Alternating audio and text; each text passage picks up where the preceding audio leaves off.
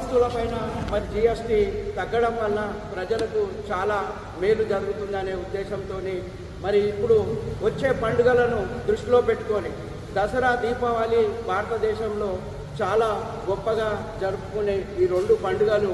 మరి ఈ రెండు పండుగలను దృష్టిలో పెట్టుకొని పేద మధ్యతరగతి కుటుంబాలకు న్యాయం చేయాలనే ఉద్దేశంతో నరేంద్ర మోడీ గారు ఈ యొక్క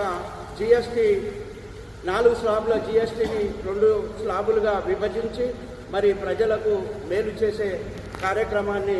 చేస్తున్నాడు. వారి కోసం అని చెప్పి రాష్ట్ర పార్టీ మరి ఈ యొక్క జిఎస్టీ నరేంద్ర మోడీ గారు ఎప్పుడైతే తగ్గించిండో దానిపైన మనము ఈ యొక్క జిఎస్టీ అవగాహన ప్రజల్లో తీసుకురావాలనే ఉద్దేశంతో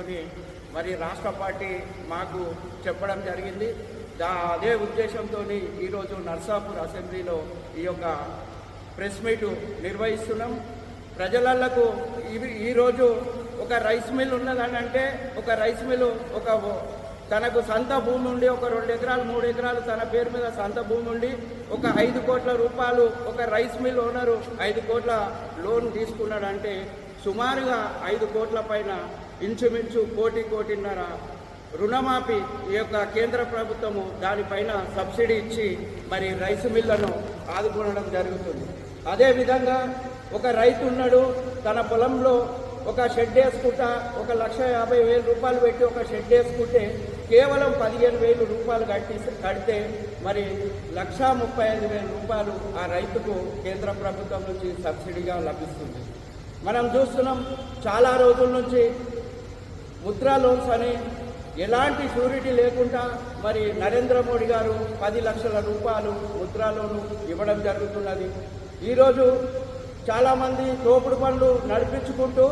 మరి జీవనం గడుపుతున్న ప్రతి ఒక్కరికి కూడా 15,000 నుంచి 25,000-50,000 దాకా కూడా ఎలాంటి షూరిటీ లేకుండా వారికి కూడా లోన్లు ఇవ్వడం జరుగుతుంది. మహిళలకు కూడా మహిళలను చూసుకున్నట్టయితే మహిళలకు కూడా అదే విధంగా సబ్సిడీ పైన 0 వడ్డీ పైన ఎన్నో స్కీములు తీసుకొచ్చి మరి భారతదేశంలో ప్రజలంతా బాగుండాలనే ఉద్దేశంతో ఇవన్నీ కూడా కార్యక్రమాలు చేపడుతున్నది. మరి ఈ నెల 22 తారీఖు నుంచి ఈ యొక్క జిఎస్టీ అమల్లోకి వస్తుంది కాబట్టి మరి వినియోగదారులకు కూడా ఎవరన్నా ఏదన్నా వస్తువు కొనాలని అంటే ఈ 2-3 రోజులు ఆగండి. ఈ 2-3 రోజులు ఆగినాక మీకు మళ్ళీ చాలా తగ్గిన రేట్లలో మీరు కొనే వస్తువులు వస్తాయని మరి ప్రజలకు తెలియజేస్తూ, అదేవిధంగా ఏదైతే షోరూమ్ ఓనర్స్ కానీ ఎవరైనా ఇప్పుడే కారు కానీ బైకు కానీ